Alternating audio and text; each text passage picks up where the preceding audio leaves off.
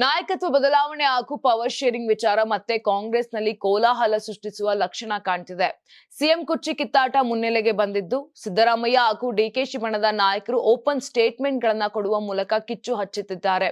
ಸಿದ್ದರಾಮಯ್ಯ ಪರ ಮಗ ಯತೀಂದ್ರ ಅಖಾಡಕ್ಕೆ ಇಳಿದಂತೆ ಕಾಣ್ತಿದೆ. ಮತ್ತೊಂದೆಡೆ ಬಾಣಗಳಿಗೆ ಡಿಸಿಎಂ ಡಿಕೆ ಶಿವಕುಮಾರ್ ತಿರುಗು ಬಾಣ ಬಿಡ್ತಿದ್ದಾರೆ. ಯಾರಿಗೆ ಸಿಎಂ ಸ್ಥಾನ ಎಂಬ ಪ್ರಶ್ನೆಗೆ ಒಂದೇ ಮಾತಿನಲ್ಲಿ ಡಿಕೆಶಿ ಉತ್ತರ ನೀಡಿದ್ದಾರೆ. ಅಪ್ಪನ ಪರ ಅಖಾಡಕ್ಕಿಳಿದ ಯತೀಂದ್ರ ಹೈಕಮಾಂಡ್ ಗ್ರೀನ್ ಸಿಗ್ನಲ್ ಕೊಟ್ಟಾಗಿದೆ. 5 ವರ್ಷ ಸಿದ್ದರಾಮಯ್ಯ ಅವರೇ ಮುಖ್ಯಮಂತ್ರಿ ಅಂತ ಹೇಳಿಕೆಯನ್ನ ನೀಡಿದ್ದು, ಇನ್ನು ಮತ್ತೆ ಕುರ್ಚಿ ಕಾದಾಟಕ್ಕೆ ನಾಂದಿ ಹಾಡಿದಂತಾಗಿದೆ. ಇನ್ನು ಯತೀಂದ್ರ ಹೇಳಿಕೆ ಬಗ್ಗೆ ಡಿಸಿಎಂ ಡಿಕೆ ಶಿವಕುಮಾರ್ ಕೂಡ ತಿರುಗೇಟು ನೀಡಿದ್ರು. ಇಂದು ಕೂಡ ಡಿಕೆಶಿ ಸಿಎಂ ಆಸೆ ಬಿಚ್ಚಿಟ್ಟಿದ್ದಾರೆ.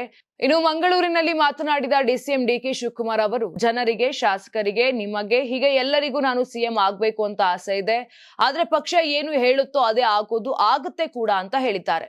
ಪರಮೇಶ್ವರ್ ಸಿಎಂ ಆಗಬೇಕು ಎಂಬ ಅಭಿಮಾನಿಗಳ ಒತ್ತಾಯ ವಿಚಾರಕ್ಕೆ ಪ್ರತಿಕ್ರಿಯಿಸಿದ ಡಿಕೆಶಿ, ಅದರಲ್ಲಿ ತಪ್ಪೇನೂ ಇಲ್ಲ, ಅವರವರ ಅಭಿಮಾನಿಗಳ ಆಸೆ ಅದು ಅಂತ ಹೇಳಿದ್ದಾರೆ. ಬಜೆಟ್ ಬಳಿಕ ನೀವು ಸಿಎಂ ಆಗ್ತೀರಾ ಎನ್ನುವ ಪ್ರಶ್ನೆಗೆ ಉತ್ತರಿಸಿದ ಡಿಸಿಎಂ ಡಿಕೆ ಶಿವಕುಮಾರ್ ಅವರು ಒಂದೇ ಮಾತಿನಲ್ಲಿ ಟೈಮ್ ವಿಲ್ ಆನ್ಸರ್ ಅಂತ ಹೇಳಿಕೆಯನ್ನ ನೀಡಿದ್ದಾರೆ. ಅಂತಾರಾಷ್ಟ್ರೀಯ ವಾಣಿಜ್ಯ ಮೇಳ 2026 ಫೆಬ್ರವರಿ 6, 7, 8 ಬೆಂಗಳೂರಿನ ಅರಮನೆ ಮೈದಾನದ ತ್ರಿಪುರವಾಸಿನಿಯಲ್ಲಿ ಆಯೋಜಿಸುತ್ತಿದೆ.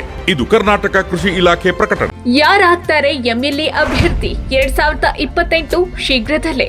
ಪ್ರತಿದಿನ ಒಂದೊಂದು ಕ್ಷೇತ್ರದ ಟಿಕೆಟ್ ಆಕಾಂಕ್ಷಿಗಳ ಸಂಪೂರ್ಣ ಮಾಹಿತಿ ಪೊಲಿಟಿಕಲ್ ಜರ್ನಲಿಸ್ಟ್ ಕೆಎಂ ಶಿವಕುಮಾರ್ ಅವರಿಂದ.